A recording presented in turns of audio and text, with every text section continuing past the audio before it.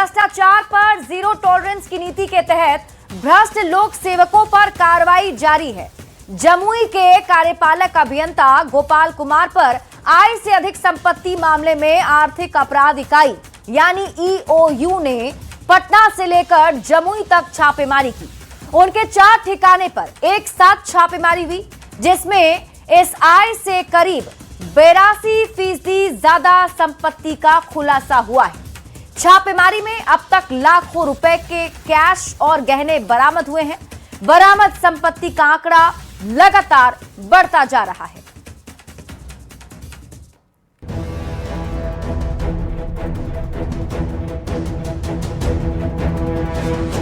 बिहार में भ्रष्ट अफसरों के खिलाफ पुलिस प्रशासन का शिकंजा लगातार कसता जा रहा है। तभी ऐसी तस्वीरें आपके सामने आ भी रही हैं। नोटों की ये गड्डियां देखकर आपकी आंखें फटी रह जाएंगी। एक से बढ़कर एक खूबसूरत डिजाइन के गहने, जिसे खरीदने की आज शायद ही कोई हिम्मत करे। पर यह दुस्साहस किया है एक सरकारी विभाग के भ्रष्ट इंजीनियर ने आय से अधिक संपत्ति अर्जित करने के मामले में। जब ग्रामीण विकास विभाग के एग्जीक्यूटिव इंजीनियर गोपाल कुमार के घर पर ईओयू ने रेड डाली तो अफसरों के भी होश उड़ गए। पटना और जमुई के 4 ठिकानों पर एक साथ रेड डाली गई। पटना के अपार्टमेंट से अभी तक 40 लाख रुपए कैश मिले हैं। लाखों के गहने भी बरामद हुए हैं। वहीं कई बैंकों की पासबुक और जमीन से जुड़े कागजात भी ईओयू को मिले हैं। लगातार आर्थिक अपराध इकाई जो है वो छापेमारी कर रही है। ये जो आवास है जगत विला, ये गोपाल कुमार का ये आवास है और इसके जो 2nd फ्लोर है वहाँ पे छापेमारी जो है वो लगातार जारी है। आपको बता दें कि अभी तक लगभग यहाँ पे 2 करोड़ से ज्यादा की जो आय से अधिक संपत्ति का जो है वो पता चला है और उस पे आज गोपाल कुमार के लगभग 4 ठिकानों पर एक साथ ईओयू की टीम जो है वो छापेमारी कर रही है।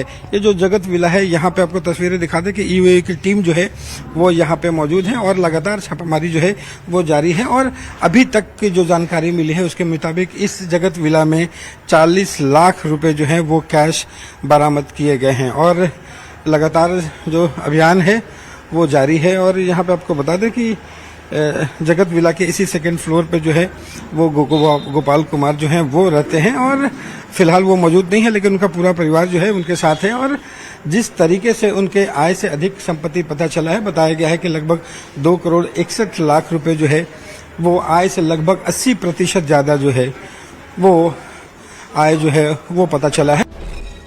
गोपाल कुमार जमुई के झाझा में पोस्टेड है। गोपाल कुमार ग्रामीण विकास विभाग में इंजीनियर हैं। आय से 81.5% अधिक संपत्ति की वजह से रेड डाली गई। पटना और जमुई में 4 जगहों पर छापेमारी हुई। अब तक पटना से 40 लाख रुपए कैश और जेवर मिले हैं।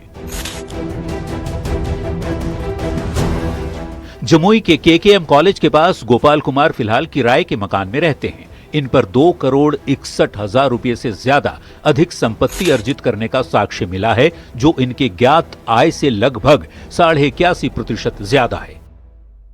चल रही है, कार्रवाई होने के बाद हुआ है। कार्रवाई चल रही है। कैश बताइए क्या सर बताइए। अच्छा, कैश मिला है कि नहीं सर, ये जानकारी है? कैश मिली है? कैश मिली। अब बताइए क्या नाम है सर आपका? Inspector Aslam Ali EOU.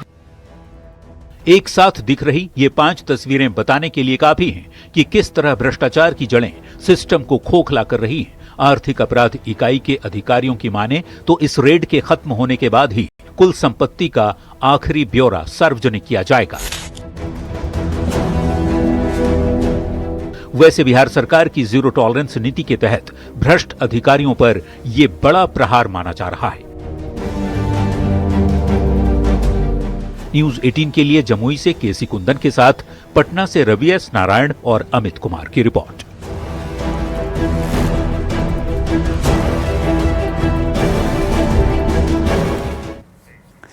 तो आय से अधिक संपत्ति मामले में आर्थिक अपराध इकाई की टीम ने जमुई के ग्रामीण कार्य विभाग झाझा प्रमंडल के कार्यपालक अभियंता गोपाल कुमार के आवास पर लगभग 6 घंटे तक कार्रवाई की।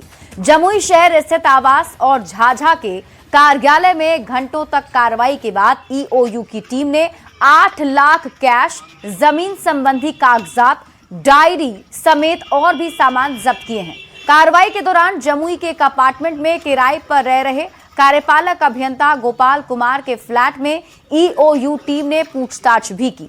कार्रवाई समाप्त होने के बाद ईओयू के डीएसपी सुधांशु शेखर ने बताया कि प्राथमिकी दर्ज करने के बाद छापेमारी हुई और आगे की कार्रवाई जारी है। पता नहीं, उन लोग जांच करके गए हैं, उसके बाद वहाँ से आएगा तभी। पटना में भी सर 2 जगह छापेमारी की गई है, जम्मू में भी किया है, तो करना है उनको घर पे और यहाँ पे। तो सर यहाँ ऐसे से सर कितना बरामद हुआ आपके? अब वो तो लेके गए हैं, वो तो नीट पर बर्निंग होगा। सर कहा जा रहा था कि आप बड़े पैमाने पे कमीशन वमीशन लेते थे, उसी सब नहीं, का अभी वजह है यही। अब ये तो करने की बात है, तो जो अब आएगा दिखाया जाएगा उसका। कोर्ट के आदेश से यहाँ तलाशी हुई, आर्थिक अपराध इकाई में कांड दर्ज हुआ। तलाशी के क्रम में उनके द्वारा इन्वेस्ट किए गए कागजात, बैंक अकाउंट, LIC वगैरह मिला और कई 60 लाख। और इस बीच रुक कर लेते हैं बड़ी खबर की ओर। कैमूर से आपको इस वक्त की बड़ी खबर बताते हैं, जहां 4 सिरकटी लाश का मामला सामने आया और पुलिस ने इस मामले में एक आरोपी की गिरफ्तारी की है। एक परिवार के 4 लोग गायब थे, अलग अलग जगहों से शव मिला है। भाई पर परिवार की हत्या का आरोप है। अवैध संबंध में हत्या का आरोप लगा है।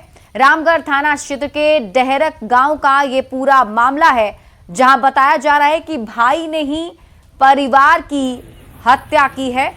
भाई, भाभी और भतीजे की हत्या की है।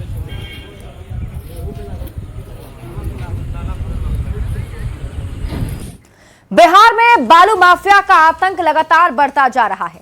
हालात ऐसे हैं कि अब ये माफिया सिर्फ कानून को चुनौती नहीं दे रहे, बल्कि खुलेआम पुलिस जवानों की जान भी ले रहे हैं।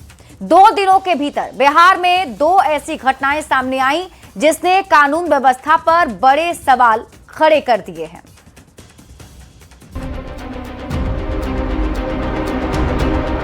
सासाराम और नवादा की ये तस्वीरें बताने के लिए काफी है कि बिहार में बालू माफिया की चलती है।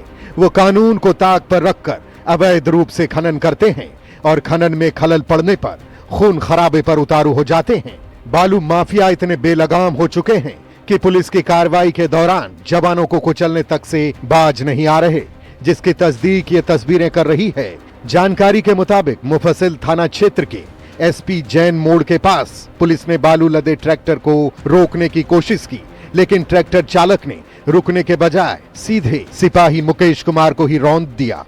इससे पहले नवादा में भी बालू माफिया ने पुलिस टीम पर जानलेवा हमला किया था। नारदीगंज थाना क्षेत्र में छापेमारी करने पहुंची पुलिस टीम पर माफिया ने हमला बोल दिया। इस दौरान बालू लदे ट्रैक्टर से ASI नागेंद्र प्रसाद को कुचल दिया, जिसमें वे गंभीर रूप से घायल हो गए। घायल ASI को इलाज के लिए अस्पताल में भर्ती कराया गया। वहीं घटना के बाद पूरे इलाके में हड़कंप मचा हुआ है। नवादा पुलिस ने ताबड़तोड़ कार्रवाई करते हुए कई इलाकों में छापेमारी की और बड़ी कार्रवाई करते हुए 28 लोगों को गिरफ्तार किया है। लेकिन सबसे बड़ा सवाल यह है कि आखिर बालू माफिया के हौसले इतने बुलंद क्यों हैं? क्या पुलिस पर हमला करना आम बात हो गई है? कब तक पुलिस वाले जान पर खेल कर लड़ते रहेंगे? अवैध बालू कारोबार पर पूरी तरह लगाम क्यों नहीं? ये वो तमाम सवाल हैं जिसके जवाब प्रशासन को देना पड़ेगा, क्योंकि अवैध बालू खनन प्रशासन के लिए बड़ी चुनौती बना हुआ है। पुलिस जवानों को निशाना बनाया जा रहा है, जिसने पूरे सिस्टम की चिंता बढ़ा दी है, क्योंकि अगर कानून लागू करने वाले ही सुरक्षित नहीं रहेंगे तो फिर आम लोगों की सुरक्षा का सवाल भी बड़ा हो जाता है। ऐसे में देखने वाली बात होगी कि पुलिस कब तक बालू के अवैध कारोबार पर नकेल कसती है और माफिया को जेल की सलाखों के पीछे पहुंचाती है। न्यूज़ 18 के लिए सासाराम से अजीत कुमार और नवादा से अनिल विशाल के साथ ब्यूरो रिपोर्ट। पूर्णिया के धमदाहा थाना क्षेत्र के अंडी टोला में जमीन विवाद को लेकर आदिवासियों के 2 गुट में झड़प हो गई। बताया गया कि झड़प के दौरान एक पक्ष के लोगों ने 2 आदिवासी अशोक सोरेन और बाबूलाल सोरेन को बंधक बनाकर और खूंटे से बांधकर धारदार हथियार से उसका गला रेतने का प्रयास किया था। इस दौरान दोनों को बचाने के क्रम में पुलिस की टीम पर भी आदिवासियों ने हमला कर दिया। सूचना मिलते ही एसपी स्वीटी सहरावत भी मौके पर पहुंची। वहीं मामले में 5 लोगों को गिरफ्तार किया गया और घटनास्थल से फरसा, दबिया, तीर धनुष बरामद हुआ है। सूचना मिली कि अंडी टोल में जो है 2 पक्षों में ज़मीनी विवाद को लेकर मारपीट की घटना की जा रही है। थाना की टीम जो है यहाँ पर जब पहुँची तो काफ़ी भीड़ जो है एकत्रित थी। उसी में थाना की जो है बाकी थाना को भी एकत्रित किया गया। पूरी टीम यहाँ पर इकट्ठा की गई और उसको समझा बुझाकर जो है झगड़े को शांत करवाने का प्रयास किया जा रहा था। उसी में घटनास्थल पर जो है 2 व्यक्तियों को बांध कर जो है धारदार हथियार से उनका गला रेतने का प्रयास जो है वो किया जा रहा था। थाना की टीम के द्वारा काफ़ी सूझबूझ और समझदारी दिखाते हुए दोनों को अस्पताल पहुंचाया गया है। बढ़ते आगे और अब बात बिहार में बिछने वाले उद्योगों के जाल की करेंगे। बिहार में उद्योगों का जाल बिछाने की दिशा में तेजी से काम हो रहा है। बिहार में 2 सीमेंट फैक्ट्री लगाने की स्वीकृति मिल गई है और जिसकी जानकारी खुद सीएम सम्राट चौधरी ने दी है। सीएम ने बताया कि मुजफ्फरपुर और किशनगंज में डालमिया और अंबुजा सीमेंट की बड़ी इकाइयों को स्वीकृति मिल गई है।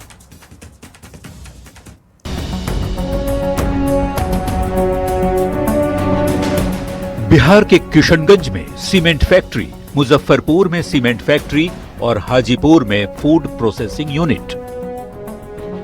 बिहार में उद्योगों का जाल बिछाने की दिशा में सरकार तेजी से काम कर रही है और औद्योगिकरण के रास्ते पर बिहार तेजी से आगे बढ़ चला है। इसी का नतीजा है कि बिहार में 2 सीमेंट फैक्ट्री लगाने को स्वीकृति मिल गई है। इसकी जानकारी खुद मुख्यमंत्री सम्राट चौधरी ने सोशल मीडिया एक्स पर दी है।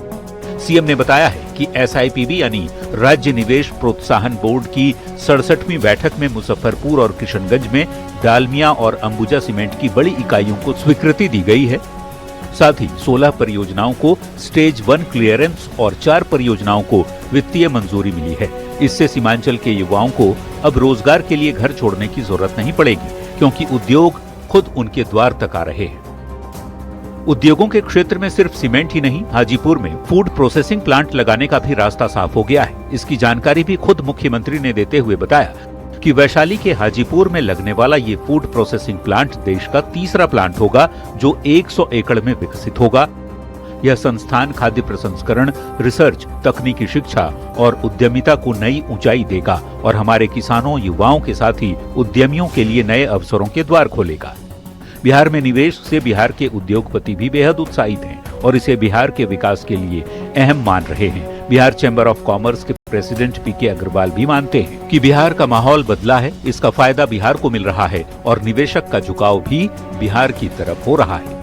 फर्स्ट टाइम ऐसा महसूस हुआ है हम लोगों को कि लोगों का झुकाव जो है, जो इन्वेस्टमेंट करने वाले लोग हैं, उनका इंटरेस्ट जो है हम लोग के स्टेट के प्रति आई है। रोजगार, नौकरी और उद्योग 2025 के विधानसभा चुनाव में मुख्य मुद्दा यही रहे। एनडीए के नेताओं ने खूब दावे किए। अब सरकार बन चुकी है और सरकार के ऊपर उद्योगों का जाल बिछाने की बड़ी चुनौती है ताकि लोगों को बाहर न जाना पड़े, बिहार में ही रोजगार के अवसर पैदा हों। न्यूज 18 के लिए पटना से आनंद अमृतराज और शैलेंद्र कुमार की रिपोर्ट।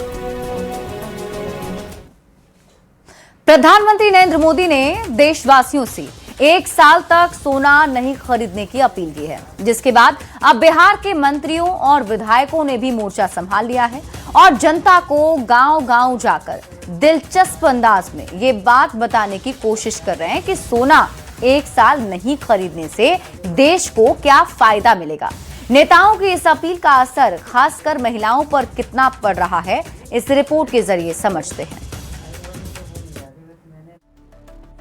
हमको ये तय करना पड़ेगा कि साल भर तक घर में कोई भी फंक्शन हो, कोई भी कार्यक्रम हो, हम सोने के गहने नहीं खरीदेंगे।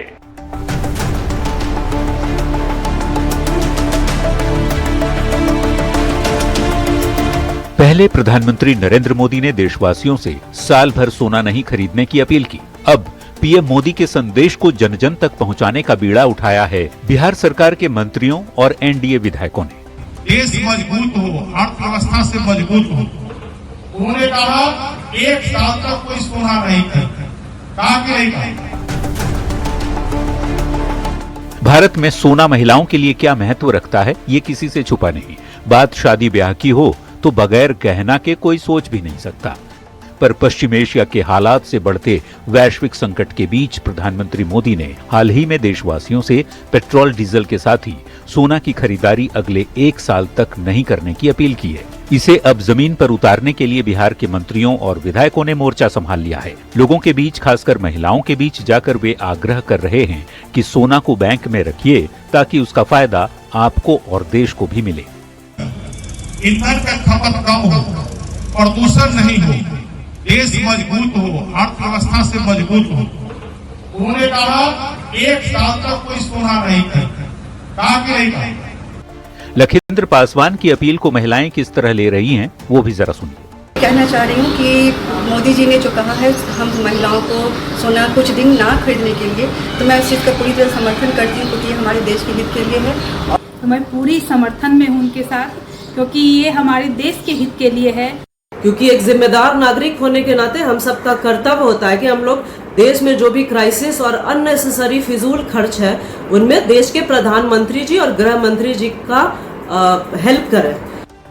हालांकि पीएम की अपील को लेकर सियासत भी तेज है। एनडीए के सहयोगी तो पीएम के बयान का समर्थन कर रहे हैं, पर विपक्ष सवाल खड़े कर रहा है। मोदी जी, देश की जनता से आपने अपील कर दिया, सोना मत खरीदो। आप देश की जनता को उस लायक छोड़े हैं कि 1 ग्राम सोना भी खरीद सके? महंगाई, बेरोजगारी तो भरी पड़ी है। अगर क्राइसिस आपसे नहीं संभाल रहा है तो त्यागपत्र दे दीजिए। एक दिन में आप 30,000 लीटर तेल खर्च करते हैं, अपना जेट प्लेन, अपना काफिला बंद कीजिए ना। गरीब को तो आपने कहीं का नहीं छोड़ा है, अब थाली की रोटी तक आप ले लेंगे। कुछ लोगों को पीड़ा हो सकती है, जो गरीब लोग जिनको शादी में सोना जेवर की जरूरत होती है, लेकिन अगर राष्ट्र हित में देखें और देश हित में देखें तो हमको परित्याग करना चाहिए। वैसे मिडिल ईस्ट में जारी युद्ध को लेकर फिलहाल वैश्विक स्तर पर तेल की कीमतें बढ़ गई हैं। इसी को लेकर पीएम ने देशवासियों से पेट्रोल बचाने के साथ ही डॉलर की मजबूती रोकने के लिए सोना खरीद को लेकर भी देशवासियों से अपील की है। जाहिर है, जब बात देश हित की हो तो लोग भी, खासकर महिलाएं, पीएम के आह्वान को सकारात्मक तौर पर देख रही हैं। हालांकि विपक्ष इस पर भी सियासत छोड़ नहीं रहा। न्यूज़ 18 के लिए पटना से आनंद अमृतराज की रिपोर्ट। मुख्यमंत्री सम्राट चौधरी ने भूमि एवं राजस्व विभाग की समीक्षा बैठक की और इस बैठक में मंत्री दिलीप जायसवाल के साथ साथ विभाग के कई अधिकारी मौजूद रहे। बैठक के दौरान मुख्यमंत्री ने विभाग की समीक्षा की और कई निर्देश दिए। भूमि राजस्व मंत्री दिलीप जायसवाल ने कहा, मुख्यमंत्री ने अधिकारियों को भूमि सर्वे के कामों में विशेष तेजी लाने के निर्देश दिए हैं। दिलीप जायसवाल ने कहा कि सरकार का मानना है कि भूमि विवाद के मामले में हत्याएं और घटनाएं हो रही हैं, इसे रोकना है और इसे रोकने के लिए भूमि सर्वे का काम जल्द से जल्द पूरे बिहार में पूरा कराया जाए। मुख्यमंत्री महोदय ने समीक्षा की और उन्होंने राजस्व विभाग के बारे में स्पष्ट निर्देश दिया कि जल्द से जल्द जो है सभी कामों का निपटारा हो, और इसके लिए उन्होंने हमें विशेष करके बहुत सारे पदाधिकारी भी इसमें देने का काम किया है कि स्पेशल ड्राइव चलाया जाए और सर्वे के काम में तेजी लाया जाए, जिससे जो जमीन विवाद को लेकर के अपराध के मामले आते हैं उस अपराध पर रोक लगाया जा सके। तो देखिए, आज ये समीक्षा बैठक की गई। भूमि एवं राजस्व विभाग की समीक्षा बैठक मुख्यमंत्री सम्राट चौधरी ने की है, जिसमें मंत्री दिलीप जायसवाल खुद मौजूद थे और निर्देश ये दिया गया है कि बिहार में क्योंकि भूमि विवाद को लेकर, जमीन विवाद को लेकर हत्याएं होती रही हैं, घटनाएं घटती रही हैं, ऐसे में अगर जल्द से जल्द भूमि सर्वेक्षण करा लिया जाता है, भूमि सर्वे करा लिया जाता है, तो फिर इन घटनाओं पर रोक लग सकती है। बढ़ते आगे और बात इस वक्त की बड़ी खबर की। केंद्रीय मंत्री ललन सिंह का बड़ा बयान सामने आया है। ललन सिंह ने कहा, नीतीश कुमार ने सम्राट चौधरी को उत्तराधिकारी चुना है। तो बड़ी खबर आपको बता रहे हैं।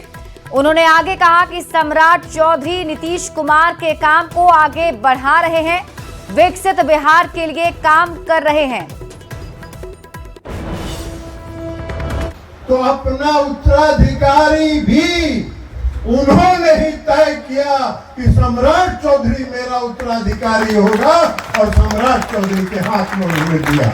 और सम्राट चौधरी जी ने भी संकल्प लिया है कि नीतीश कुमार जी ने जो रास्ता दिखाया है उसी रास्ते पर आगे चढ़ के हम विकसित बिहार बनाने का काम करेंगे।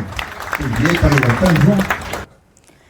तो आपने ये बयान सुना, ये बड़ा बयान केंद्रीय मंत्री ललन सिंह का, जिसमें उन्होंने कहा कि नीतीश कुमार ने ही सम्राट चौधरी को उत्तराधिकारी चुना है। और पहले से भी कहा जा रहा था कि जो अगला मुख्यमंत्री बिहार का बनेगा वो नीतीश कुमार की पसंद का होगा। और ललन सिंह ने ये कंफर्म करते हुए बता दिया है कि सम्राट चौधरी नीतीश कुमार के पसंद हैं। न्यूज 18 संवाददाता आनंद अमृतराज अधिक जानकारी के साथ जुड़ गए। आनंद, अब ये बयान ललन सिंह का, इस बयान के क्या मायने समझे जाएं, किस तरीके से देखा जाए? देखिए, ललन सिंह केंद्रीय मंत्री हैं और आपको पता होगा कि जब बिहार में मुख्यमंत्री नीतीश कुमार थे और उस वक्त लगातार इस बात की चर्चा थी कि नीतीश कुमार अब केंद्रीय राजनीति में जा सकते हैं और बिहार की बागडोर बीजेपी के किसी नेता के हाथ में जाएगा। उस वक्त भी आपको पता होगा कि नीतीश कुमार के साथ जो वर्तमान मुख्यमंत्री हैं सम्राट चौधरी लगातार उनके साथ समृद्धि यात्रा में थे और नीतीश कुमार बार बार भाषण खत्म करने के बाद सम्राट चौधरी को अपने नजदीक लाते थे और पब्लिक की तरफ इशारा करते थे और बोलते थे कि आगे से सब यही देखेंगे। उसी समय से माना जा रहा था कि नीतीश कुमार के ही पसंद होंगे सम्राट चौधरी और आज बिहार के मुख्यमंत्री बने। और आज केंद्रीय मंत्री हैं ललन सिंह, उन्होंने जिस तरीके से मंच पे साफ साफ लहजों में ये बता दिया कि बिहार के मुख्यमंत्री सम्राट चौधरी नीतीश कुमार के पसंद है, उनके उत्तराधिकारी हैं, तो एक बड़ा मैसेज आता है। कई तरह की चर्चाएं थी कि जेडीयू में नीतीश कुमार के बाद उनका उत्तराधिकारी कौन होगा, निशांत भी राजनीति में सक्रिय हो गए थे, लेकिन आज केंद्रीय मंत्री ललन सिंह ने जिस तरीके से एक सभा को संबोधित करते हुए साफ किया कि नीतीश कुमार के उत्तराधिकारी सम्राट चौधरी होंगे और सम्राट चौधरी ने भी कहा कि नीतीश जी जो भी बिहार के विकास के काम कर रहे हैं मैं उसको आगे बढ़ाऊंगा, तो तस्वीर बिल्कुल साफ हो गई है। और जाहिर तौर पे कई तरह की चर्चा चल रही थी, उस तमाम चर्चाओं पर भी विराम लग सकता है क्योंकि ललन सिंह को नीतीश कुमार के बाद दूसरे नंबर के बड़ा नेता जेडीयू में माना जाता है, उनके बयान को हल्के में नहीं लिया जा सकता। तो जाहिर तौर पे एक बयान, इस बयान के कई सियासी अर्थ निकाले जा सकते हैं भविष्य में, लेकिन फिलहाल केंद्रीय मंत्री ललन सिंह ने ये बयान देकर साफ कर दिया कि नीतीश कुमार के उत्तराधिकारी के तौर पे सम्राट चौधरी ही होंगे और अभी वो बिहार के मुख्यमंत्री के तौर पे वो काम कर रहे हैं और नीतीश कुमार ने जो विकास कार्य किया उसी को आगे बढ़ा रहे हैं। जी ठीक है आनंद, आप इस खबर पर नजर बनाकर रखिए। शुक्रिया इस अपडेट के लिए। बढ़ते हैं आगे और खबर आपको लखीसराय से दिखाते हैं, जहां पिपरिया प्रखंड में शनिवार को विकास योजनाओं की सौगात दी गई। केंद्रीय मंत्री राजीव रंजन सिंह उर्फ ललन सिंह लखीसराय पहुंचे और उनके साथ बिहार सरकार की मंत्री लेसी सिंह, मंत्री श्रवण कुमार और सूर्यगढ़ा विधायक रामानंद मंडल भी मौजूद रहे। इस दौरान नेताओं ने करोड़ों रुपए की योजनाओं का उद्घाटन और शिलान्यास कर क्षेत्रवासियों को बड़ी सौगात दी, साथ ही नीतीश सरकार की सराहना की। नीतीश कुमार जी 2005 में मुख्यमंत्री बने, विरासत में खजाना खाली मिला था उनको। उस समय बिहार का बजट मात्र 25,000 करोड़ रुपया था, जो मार्च आते आते 18,000 17,000 करोड़ रुपया पर बंद होता था, इसलिए कि बाकी पैसा तो सब उनका साला उला बहुत तरह का था, उनका सब अपने अपने घर में ले जाता था।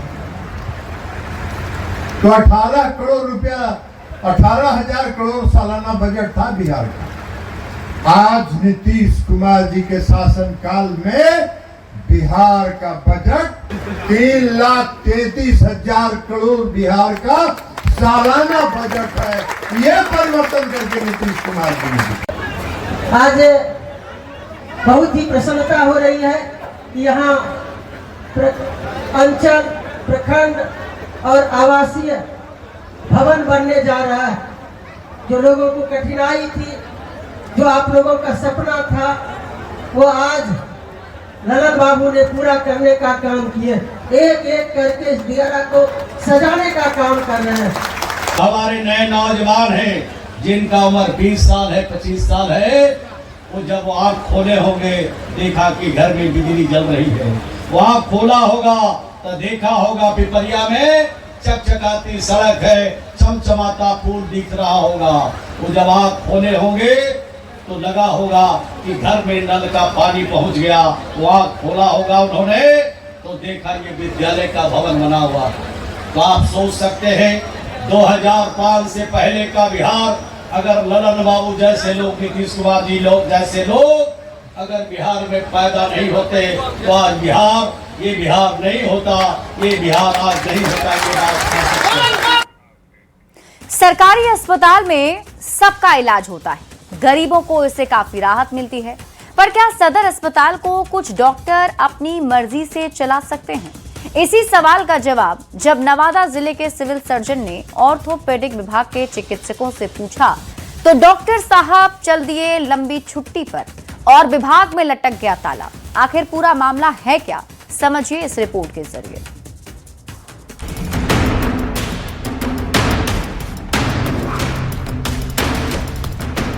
अस्पताल के ओपीडी में लटका ताला और परेशान मरीज। तस्वीरें नवादा सदर अस्पताल की हैं, जहां ऑर्थोपेडिक विभाग अनिश्चितकाल के लिए बंद कर दिया गया है। विभाग के बाहर अस्पताल प्रबंधन ने नोटिस चिपकाकर बताया है कि डॉक्टर की लंबी छुट्टी पर जाने की वजह से सेवा बंद है। अस्पताल बंद होने से मरीज परेशान हैं, पर सवाल है कि आखिर डॉक्टर लंबी छुट्टी पर क्यों गए और ओपीडी में क्यों ताला जड़ दिया गया। मिली जानकारी के मुताबिक ऑर्थोपेडिक विभाग में बाहर के लोगों द्वारा इलाज किए जाने की शिकायत मिली थी। सिविल सर्जन ने विभाग के डॉक्टरों से जब जवाब मांगा तो शोकॉज जारी होने पर डॉक्टर छुट्टी पर चले गए और विभाग बंद हो गया। सिविल सर्जन भी मानते हैं कि सदर अस्पताल के ऑर्थोपेडिक विभाग में 2 डॉक्टर तैनात हैं और दोनों ही लापरवाह हैं। ऐसे में शिकायत मिलने पर जब उनसे जवाब मांगा गया तो वे आवेदन देकर लंबी छुट्टी पर चले गए। हमारे सदर अस्पताल में मात्र 2 ऑर्थोपेडिक स्पेशलिस्ट हैं यहाँ पर, और सख्ती बरतने के बाद उन्होंने एक छुट्टी पर चले गए।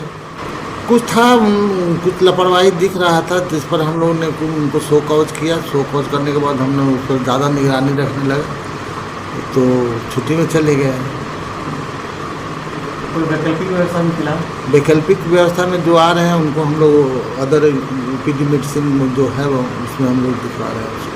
जिले के किसी और प्रखंड में नहीं है हमारे यहाँ। हमने इसकी सूचना हमने सरकार को लिख कर भी दे दी है।